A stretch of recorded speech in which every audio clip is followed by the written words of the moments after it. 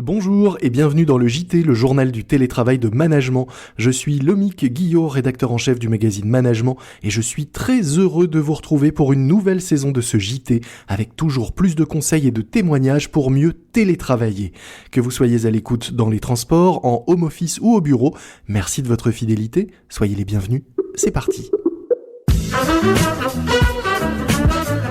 C'est le journal du télétravail.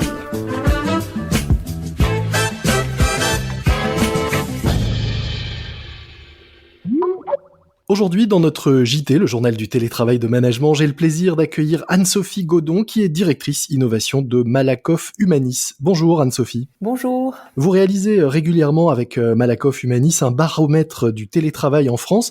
Sa dernière vague porte sur la période de la crise sanitaire et du confinement.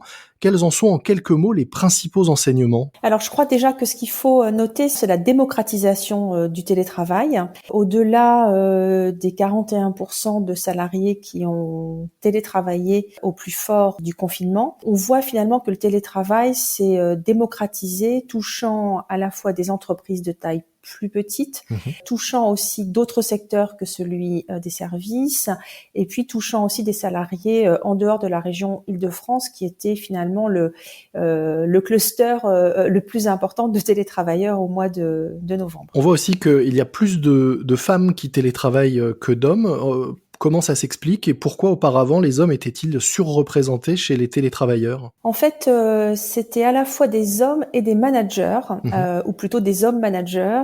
Donc, effectivement, on avait un peu plus de managers et donc d'hommes qui télétravaillaient. Et au mois de mai et au mois de juin, on a donc à la fois des non-managers, mais aussi des non-cadres qui ont télétravaillé. Et donc, on retrouve une proportion un peu plus importante de femmes. Alors, ce télétravail pendant la période du confinement a été subi dans tous les sens du terme, c'est-à-dire à la fois très soudain et en même temps imposé aux salariés, à beaucoup d'entre eux. Malgré tout, ce qu'on voit aussi ressortir de votre baromètre, c'est que globalement, les télétravailleurs l'ont bien vécu et ont apprécié ce moment de télétravail. Oui, je crois que ce qui est important, c'est que tout à l'heure, je disais qu'on avait 41% de salariés du secteur privé qui avaient télétravaillé.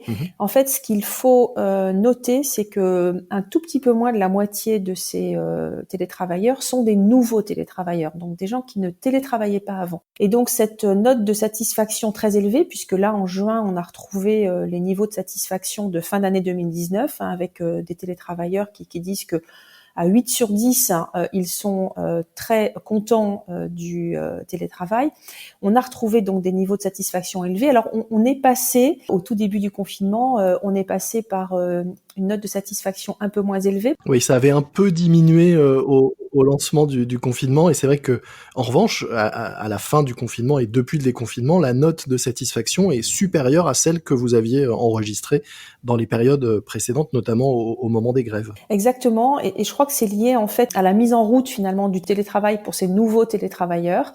La plupart d'entre eux donc étaient dans des entreprises qui ne pratiquaient pas le télétravail avant, donc il y a forcément eu à la fois une mise en route technique, et puis il y a eu aussi une mise en route, on va dire managériale. Il a fallu que les managers, les équipes s'organisent pour mettre en place ce télétravail, mais on voit que finalement très très rapidement, et d'ailleurs les salariés le disent dans cette enquête, les entreprises se sont très rapidement mobilisées, à la fois donc sur ces volets techniques, managériaux, mais aussi en termes de communication. Les salariés donc sont aussi très nombreux à remarquer la fluidité et la transparence de la communication de leurs entreprises pendant cette période. Au-delà de la satisfaction, on voit aussi dans votre étude que les motivations qui font qu'aujourd'hui on choisit ou on opte pour du télétravail ont évolué par rapport à la période qui a précédé le confinement.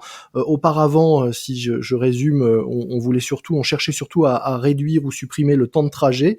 Là, aujourd'hui, les salariés et les télétravailleurs, les nouveaux télétravailleurs, sont plutôt à la recherche d'un meilleur équilibre vie pro, vie perso, c'est ça ? Si on regarde les bénéfices, on retrouve quand même les mêmes bénéfices que ceux qui étaient évoqués avant. Donc, vous le disiez, d'abord l'équilibre entre la vie pro et la vie personnelle, la capacité finalement à pouvoir s'organiser.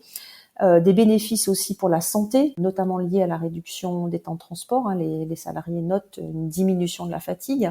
Et puis des bénéfices aussi pour leur travail. Les salariés finalement apprécient l'autonomie dont ils bénéficient et puis se disent finalement au total plus efficaces, plus productifs et même plus engagés. Alors ça, c'est du point de vue des salariés. Est-ce que les entreprises et les managers ont la même impression de leur côté? Les dirigeants sont globalement quand même très en phase avec les salariés. Ils mettent en avant à la fois cette question de l'équilibre de vie. Ils perçoivent aussi les bénéfices sur les pratiques managériales. On parlait tout à l'heure de responsabilisation ou d'autonomie. Donc les dirigeants y voient là aussi une occasion finalement de faire évoluer les pratiques managériales. Ils perçoivent aussi cet engagement accru de la part de leurs collaborateurs et ils voient aussi des bénéfices en termes de moindre fatigue finalement. Donc, très grand alignement entre les dirigeants et les salariés et très grand alignement aussi sur des bénéfices dont on parle peut-être un peu moins. D'une part, cette question finalement de l'accès à l'emploi des personnes en situation de fragilité. Donc là, il y a aussi un avis assez unanime.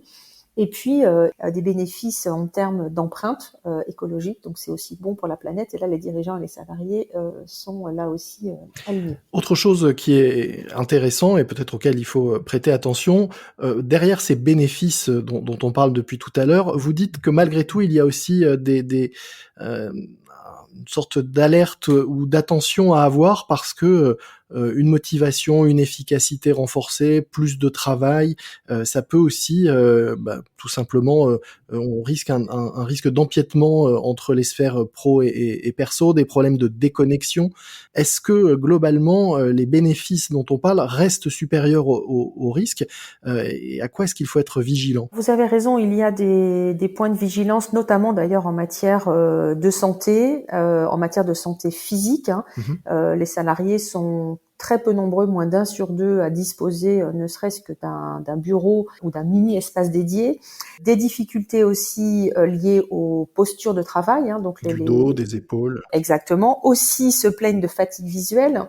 Des risques aussi en termes de santé psychologique, avec des salariés qui se sentent à la fois plus isolés, qui ont le sentiment d'avoir perdu le lien avec leurs collègues et qui, pour certains, ayant beaucoup plus de mal à séparer les temps de vie pro et puis perso, ont des journées à rallonge et donc finalement un risque aussi pour la santé psychologique. Alors heureusement, et c'est ça qu'on traduit aussi dans cette note de satisfaction élevée, heureusement, les bénéfices restent supérieurs aux inconvénients, mais c'est pas une raison pour ne pas y prêter attention. Et est-ce que ces bénéfices et ou ces risques sont les mêmes, quel que soit, on pourrait dire, sa responsabilité, son niveau hiérarchique? Est-ce que ces nouveaux télétravailleurs qui découvrent le télétravail, qui sont peut-être moins des managers et plus des non-cadres, des employés, etc., ont les mêmes risques que des dirigeants, des managers et des cadres? On voit globalement très peu de différence. Alors là, je parle du télétravail on va dire dans des conditions un peu normales, il y a globalement très peu de différence entre un salarié non manager, un manager et un cadre.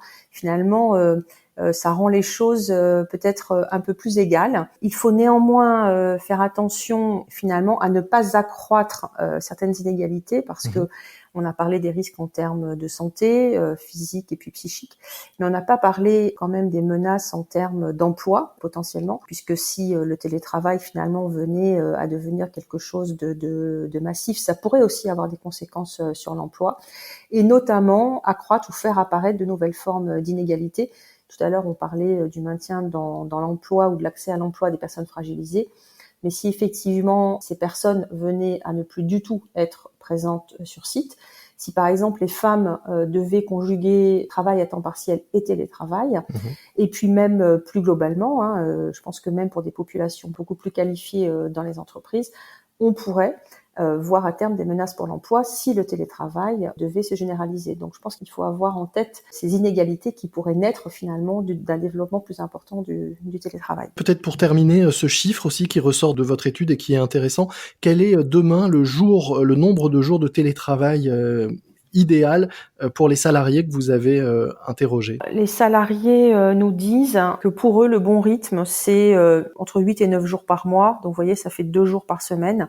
Ça veut dire qu'on reste quand même majoritairement sur site et le télétravail reste minoritaire, vous voyez, à raison donc de 2 jours par semaine en moyenne sur la période. Petite question plus personnelle pour terminer. Au sein de Malakoff Humanis, vous êtes à la pointe sur ces sujets que vous observez depuis longtemps.